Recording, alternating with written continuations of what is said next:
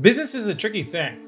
There's a foundational business concept that everyone uses nowadays on Twitter, Instagram. It's definitely the motivational quote of choice by a lot of people. And I actually had to let go of it, okay? This quote here is, it's a marathon, not a sprint, right? This concept, although it is productive in teaching people to be patient and do things the right way. And sometimes, progress takes longer than, just rushing through. Although I think this is productive in general, I think it holds people back.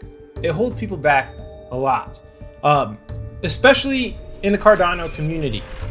This is a concept that people have adopted. People believe that the scientific peer review process that Cardano has, although it takes longer, will in turn provide a better product or a superior product that will ultimately beat all other layer ones in Ethereum and appreciate by higher percentages, and we'll all make more money. This is the narrative Cardano adopters have accepted. And this is the same concept, right? It's a marathon, not a sprint.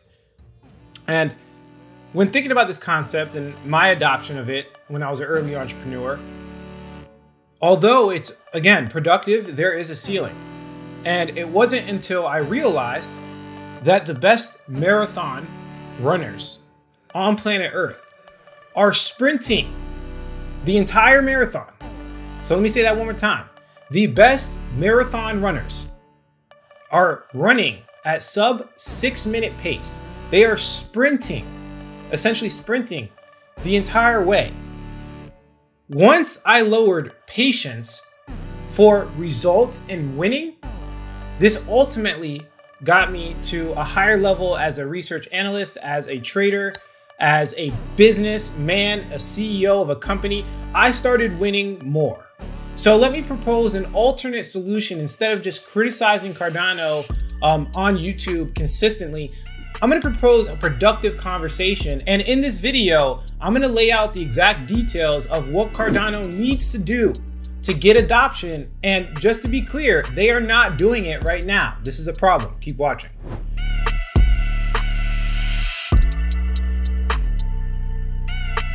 What's going on, everybody? Alex back with another video. I have to set the tone straight. Now, again, don't get me wrong. I'm not perfect. I'm not a perfect human being. I make mistakes just like you. This is just my action plan, okay? This is from me analyzing multiple layer ones, diving deeper than most people in my research process, and dissecting every variable of why layer ones win in today's climate. And also, I want to be very clear about this video because I know it's going to be debated. This is a 1 year to 2 year time horizon, right? Cardano might have a superior product, and I don't know what they're going to do in 5 years. It's almost impossible. But what I do know is they need to take these steps in the next 1 to 2 years to even compete with Ethereum, to even get in the vicinity of actually winning. This needs to happen. And I'm coming again from a wealth of knowledge of watching other layer ones go from top 5, because that's where it's currently sitting. I think it's top 5. Going from top 10 to going, dying, okay, dying. I've seen a lot of them die. Okay, so people thinking that Cardano is just going to win no matter what. We need to eradicate that thought process, okay? This is not tribalism, hopefully not. I'm a profit maxi. My goal is to be a maximalist in profit and percentages. And if you agree with this type of thinking, well, you're smart, and you should do us both a favor, like the video, subscribe to the channel. I talk about financial education. I've been doing it for 6 years, and I try to look at everything from pro and con perspective, regardless of how much it hurts, and regardless of how many people, don't like me. This is what we do here. So I want to jump in again to this foundational narrative that people have adopted with Cardano, which is it's a marathon, not a sprint. Well, I just want to be very clear. If you want to win, a marathon can be sprinted. Okay. So, just showing up to the line and having patience is like just getting started. Like that's like that's like the standard, but, you have to have a product that works. Otherwise you will just become irrelevant. And there's a lot of competition out there for Cardano. There's ridiculous amounts of competition. Layer 1 is the most popular, ecosystem. And it's not all rainbows and butterflies. Okay. Like Solana literally has more market cap. Like if we come over here, you can see that Solana is literally higher than Cardano. Binance Smart Chain has always been high. I think Cardano passed it briefly, but Binance Smart Chain's always been above it. So, you know, in Ethereum, this is like the final boss. Like Ethereum is probably going to pass Bitcoin. Let's think about these concepts, right? So very simple, straightforward, just to be clear with everybody. Let's kind of think of this from a logical perspective. They have a lot ahead of them. Okay, so I'm going to lay out all my thoughts. Also, I want to show you something nobody's talking about. Like, I don't know why I go to the Cardano search term and it annoys me because no one's talking about what really needs to be talked about, which is, believe it or not, guys, there is a decentralized exchange right now on Cardano, right now, happening right now, working with the extended UTXO model of Cardano. So why isn't the adoption coming in? I've said this, a lot of other people have said this. Once DeFi starts happening, we can get the liquidity, which the liquidity leads to more adoption from retail. It also leads to things being built, more things being built in Cardano because there's more liquidity, there's more money for developers to make, right? So why aren't we getting this adoption when we have a working decentralized exchange, which is called MuesliSwap? I don't know if that's how you pronounce it. MuesliSwap, excuse me. I'm an idiot. So believe it or not, again, like I want to say, like Cardano actually works. Okay. There's an extended UTXO model that's decentralized exchange with the order books. It's happening right now before our eyes. Now, I went over the company. Although it doesn't look like a lot of credibility is behind this. You know, it's working. It's like this happened, right? The tech is not, you know, out of the ordinary. Let me show you guys. So as you can see here, MuesliSwap. You can swap Mint. If you guys know what this is, basically from another decentralized exchange, airdrop. I've talked about this on my channel. There's all different types of coins. Most of them are from the airdrop tokens. So for some reason, like if you look at it, there's like literally no swapping happening. There's no trades. It's not being adopted on any competitive level compared to any decentralized exchange in crypto. It's under everybody's radar. No one's talking about it. Even the Cardano fans that consistently nonstop talk about Cardano. Even these people are not talking about this. And it's funny because I didn't even see it. Like you guys know, I dive pretty deep in research. Like it didn't even cross my radar until I did a space on Twitter. And somebody told me about this, and then I dove into it. And it's like, I'm trying to dissect this. Is like, where's the adoption, Cardano? Like, where is the adoption? You know, literally, you know, we all know that Q1 2022 is supposed to be when a lot of infrastructure comes out for Cardano. And we definitely have missing pieces. Of course, Cardano has NFTs. It has, you know, different metaverses, but they're not coming together. It's not an ecosystem yet. They're all isolated variables. It becomes an ecosystem when you can trade, right? When you can trade back and forth from different cryptocurrencies. And this is why I've been saying that Cardano's missing element is a decentralized exchange. And as we're looking right here, we can even look into the white paper. They have solved a decentralized token exchange on Cardano, right? You see it right here, right in front of your face. Okay. So this begs the question, what do we need for this to work? And I'm going to try to solve that in this video here. So just to really briefly show you this, you can look into it for yourself, but they have a normal token distribution. I believe their team is anonymous. You could look into it deeper for yourself. My goal is not to buy Milk token. My goal is to talk about the foundational concepts of Cardano. And just to give you some brief history, the reason why they could do this is because they actually came from, as you can see here, Smart Bitcoin Cash. So they're a side chain from Bitcoin Cash. And if you understand what Bitcoin Cash is, they use the UTXO model. So I can see where they had a developer background to be able to pull this off before anybody else because they are the first. So they came from Bitcoin Cash, which is a fork of Bitcoin. And Bitcoin obviously has the same model as Cardano.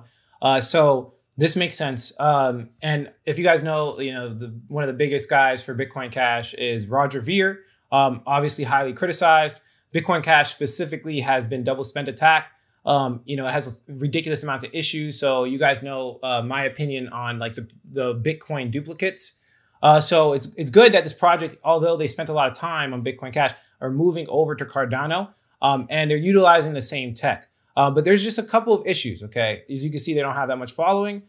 So it's really interesting that we have this kind of solution here, which is a sidechain, by the way. It's not like directly on Cardano, it's a sidechain. But to be honest with you, after looking I don't really see, there's a couple of decentralized exchanges that are going to happen on Cardano, but the majority of adoption is going to come from the sidechains. And I'm going to tell you why. I'm going to break down exactly why. And yes, we're going to talk about Milkomeda and, you know, what they're doing there. They're making a sidechain on Cardano. And I'm going to basically explain to you guys, you know, my thought process and why I think people are more likely to move to a sidechain than Cardano itself, right? And I think this is a question we do have to answer. By the way, guys, if you're another Cardano YouTuber or something like that, I would be willing to publicly debate anyone that thinks they're a Cardano expert. And we could talk about all of these variables. I want this to be a productive conversation. You know, I have the videos with the, you know, the semi-negative titles and stuff like that. And I just want to be very clear with everybody. My stance on Cardano is neutral. I just want to make sure certain things happen before, I move in again hard on Cardano. But just to be clear, every video I've ever watched in recent history is only talking about this right here. Everyone, like, it's kind of like my last video, like I explained, like it's literally news and it's literally technical analysis. This is pissing me off. Okay. It's actually pissing me off. If price is the reason that you buy Cardano, oh, it's cheap. It's cheap. We're on an uptrend. That's all they're saying. I want everybody to do an experiment. This is for your education. It's probably one of the most important things. This video is irrelevant in the grand scheme of what this could do for you. But go watch every Cardano video and please tell me if it's not about news or TA. Okay, like just look at the search. Literally type in Cardano on YouTube, and if they're not all talking about the same thing, then just forget about me, unsubscribe, and leave forever. All right, because nobody's talking about the first principles, right? What are the principles of adoption on layer ones? And is Cardano doing that? It's as simple as that. That is what people should be thinking about, not the news, because the news is a low quality source of information. Technical analysis is like beating a dead horse at this point. Everybody sees that Cardano might make a potential uptrend, guys. What I also see is if we come over here, it's down 57%. Right. So, yeah, of course, you know, if crypto's down, it's going to go up. Right. Like, this is an obvious thing. But I would say that the question is, you know, opportunity cost. Right. There's other coins that are probably down more and will probably go up more percentages. So this is I have to attack it at its core fundamental principle, which is, you know, this channel is to make money. It's for accuracy, you know, and some people are just there for the search term. And towards the end of the video, I'll explain what I mean by they're there for the search term, you know, and I think it's pretty obvious. But yeah, okay, so let's readdress what we're talking about here. I know I'm getting lost on a tangent. Basically, we're looking for a decentralized exchange. Cardano has a decentralized exchange. Now what's missing? So I'm going to come up with a couple of answers here for you guys. The first things first is I don't think they're getting, you know, credibility from the Cardano marketing, you know, a hierarchy. Okay. So obviously Cardano does one thing very well. It's the best. It's the best in the industry. One of the best. It's that they can gather community and they can hype things up. Okay. That's a fact. So no one here is questioning Cardano's marketing abilities. They are the best, like I said, in the industry by far. But what I am questioning in this video is the product in the time frame of 1 year to 2 years. So I'm not questioning the product in a 5-year time span. I'm questioning the product in 1 to 2 years. And I think the reason why this decentralized exchange is not getting adoption is because they're not getting credibility from this. Bringing certified decentralized apps to Cardano. Charles Hoskinson is not talking about this decentralized exchange that is currently working. And this is why we're not getting the liquidity and adoption. It's weird, right? But it's true. It's true. So if you guys don't know what this is, Cardano is basically making a certified decentralized application. They're making an app store. They're making an app store. And in this app store, you'll be able to play with decentralized apps that have credibility. And it's coming from, you know, Input Output Hong Kong, which is IOHK, which is an organization that basically promotes the heck out of Cardano. Okay. So yeah, they are not giving their seal of approval. And that bothers me. That bothers me slightly because if we have a working decentralized exchange, it should be adopted because of the principles of value that it provides to Cardano, not if it gets a seal of approval from this Dapps store. And I know this because other ecosystems get adoption organically. This is not, to me, a non-organic way of getting adoption. So once we get all of this infrastructure that comes out in 2022, right? A whole bunch of infrastructure comes out and they get the seal of approval, then I would say that, we'll probably get more adoption on decentralized exchanges. Now, let me attack a second thing a lot of people are saying, and it's a big problem. Okay, so Milkomeda is supposed to be solving one of the biggest problems for Cardano right now, which is the extended UTXO model, completely different from the accounting-based model of Ethereum. What does that mean? So basically, Ethereum runs different than Cardano. Okay, Ethereum uses accounting, and I'm not going to attempt to explain the complexities of the extended UTXO model because that's a developer conversation. But the point is that regardless of how you try to transform that code. So let's say hypothetically, I'm a developer on Ethereum and I have a decentralized exchange and I want to convert it to Cardano code. Cardano does not have a solution yet.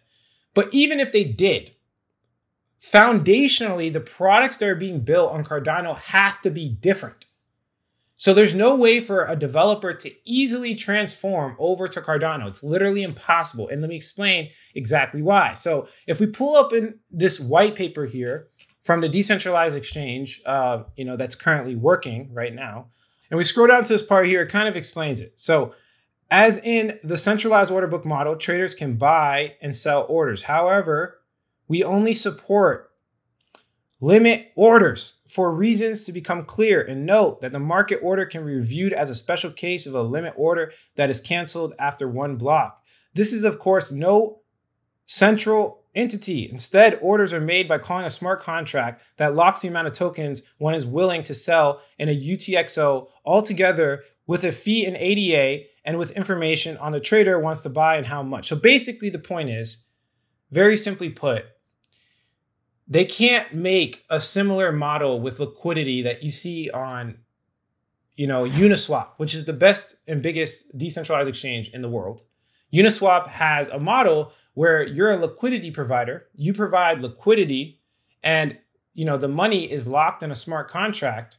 And if I want to trade, the money's already there for me to trade. In the extended UTXO model, they have to submit an order on a block, and then somebody has to accept that submission. And basically, like, let's say, for example, I'm Tom and I'm trading with Sally and I go, oh, I want to sell ADA at this price. Sally has to accept it at that price as a buy order. So she says she wants to buy at the price. So it's like a mutual agreement between two people. But when you're looking at Uniswap, right, you don't need a mutual agreement from anybody. The agreement comes from the liquidity provider. The liquidity provider itself provides liquidity. So in that case, what you're doing is, hey, I want to sell Cardano at this price. You're giving it to the liquidity provider, and then hopefully later, somebody wants to buy it eventually. So there's a third party that makes the process smooth. Okay. With the extended UTXO model, it's foundationally different. So if we have a developer that's coming from Ethereum that wants to transform his code to Cardano, the foundational principles of the code have to change. It's literally not possible. And this is why we haven't seen a whole, influx of decentralized exchanges working, because they're literally reworking the whole model from scratch. So this is a huge issue. This is a foundational issue that Cardano is having right now. And they have a solution. I'm going to talk about the solution. But right now, you can't easily transform code from Ethereum to Cardano. And we've seen with layer ones in the past that this was one of the biggest reasons, and you could even see it in Binance Smart Chain and, every, like Solana, you could even see it with Terra Luna, Avalanche. All these coins have a very easy way for a coder on Ethereum, which has all the infrastructure, has all the liquidity, has all the tools, has all the knowledge, has all the years. All of this needs to be easy to go over to Cardano. If it's not, we're not going to see adoption. And this is why we see a decentralized exchange that's currently working with no adoption. This is an issue. So they have a solution, right? Cardano has a solution, and it's called the Sidechain. Okay.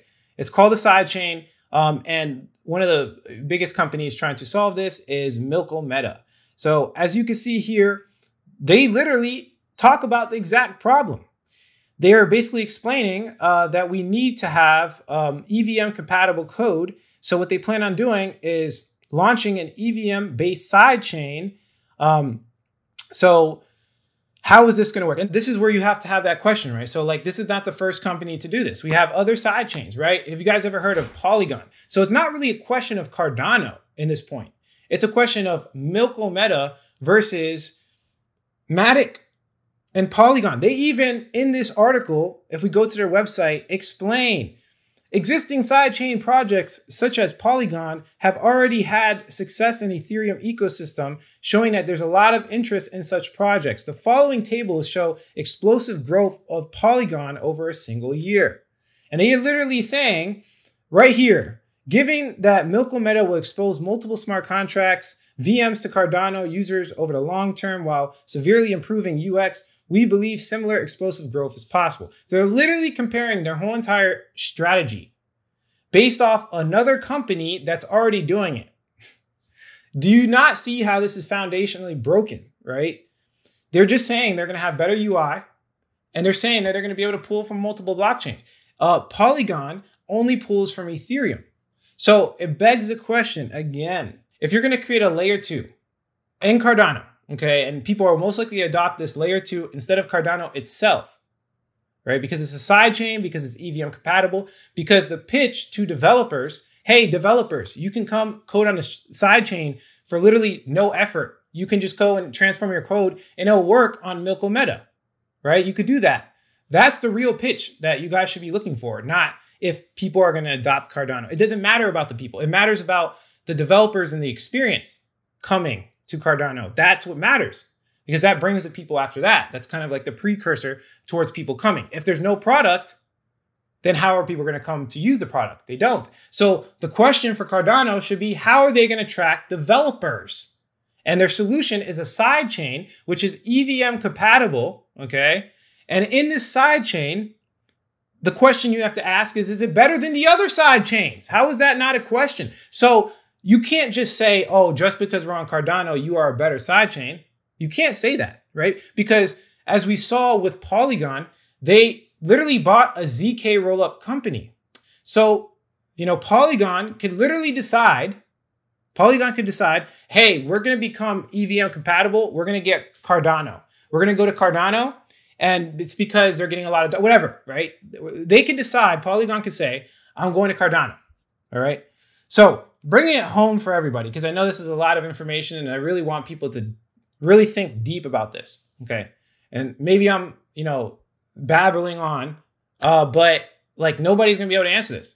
But if the question is, hey, what's the best side chain? Then we already have our winner.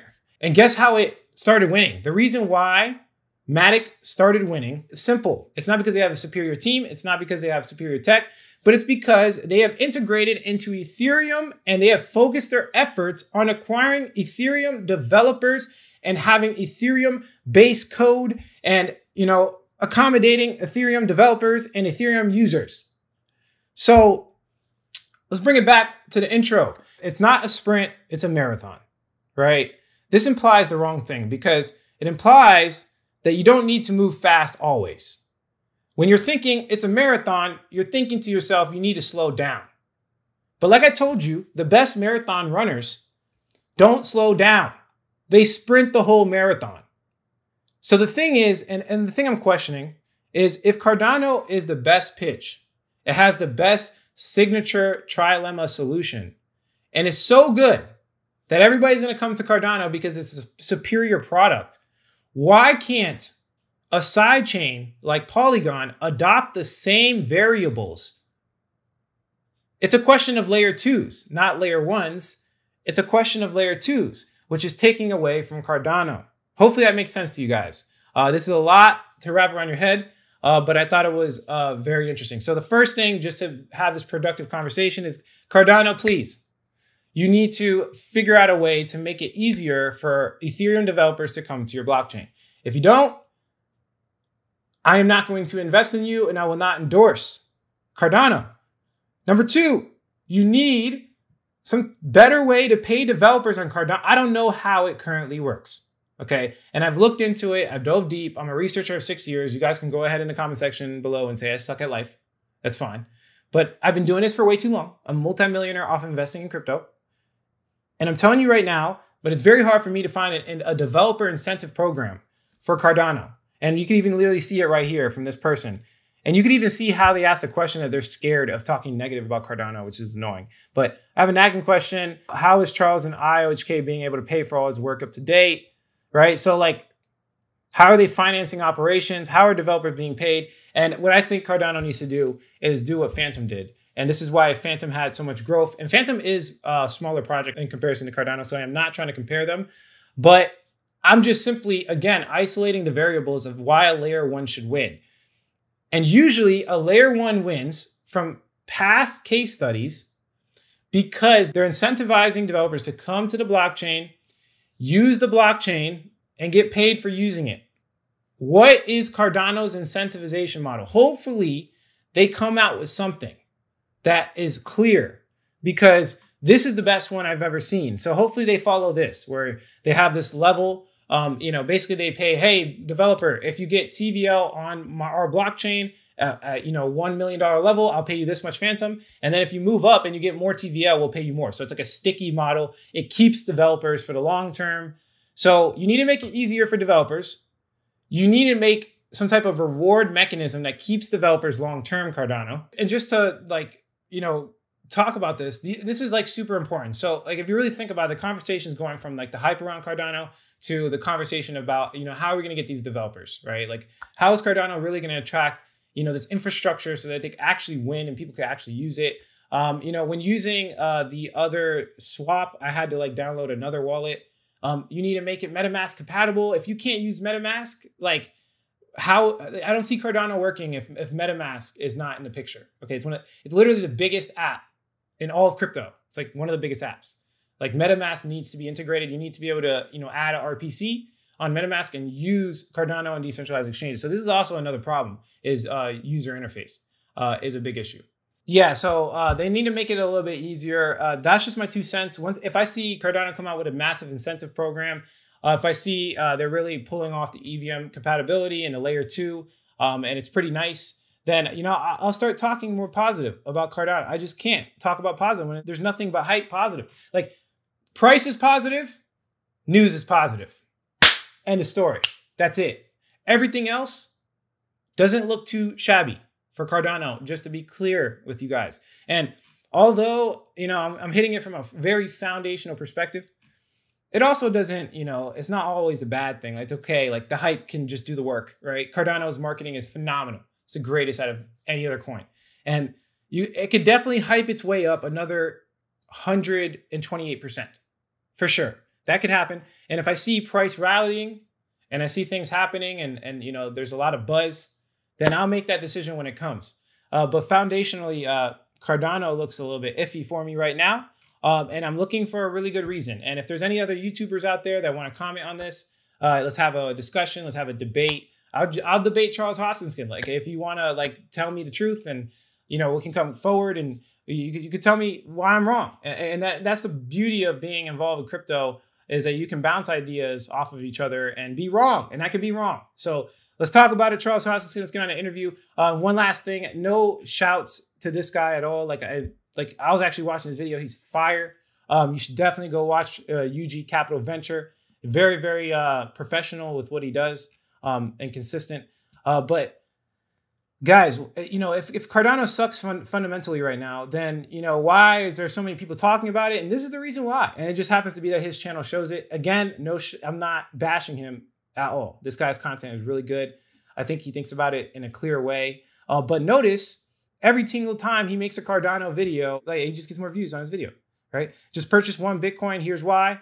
2.9K views. If he puts Cardano in the title, he gets an absurd amount of views. He only has 7K followers. He's getting 11K views. Of course, he's going to consistently make videos about Cardano. And it's going to seem like Cardano is the greatest thing in the world. It's because he's getting incentivized, right? Bought Chainlink and Polkadot, 4.9K views. Crypto, I'm buying these markets, 4.6K views. ZK Sync airdrop, 6.6K views. It puts Cardano in the title, 9.4K views. Keep going, 8.4 Cardano. Cardano, this one is actually, he didn't get that many views, but you could see a trend. You could see why he makes a lot of Cardano content, and you could see why every Cardano person makes a lot of Cardano content, is because the search term's good, the community's big, and it just doesn't mean that it's all rainbows and butterflies. And I'm doing it for the same reason too. I'm focusing on Cardano. am I even buying it? And I'm making these videos and spending all this time and brain energy on it because I want to reach as much people as possible. And that's the way YouTube works. But we don't always have to do it in a super positive, bullish way. Not every coin's bullish. And, you know, that's why I started making YouTube videos, to be honest and be able to spread my truth.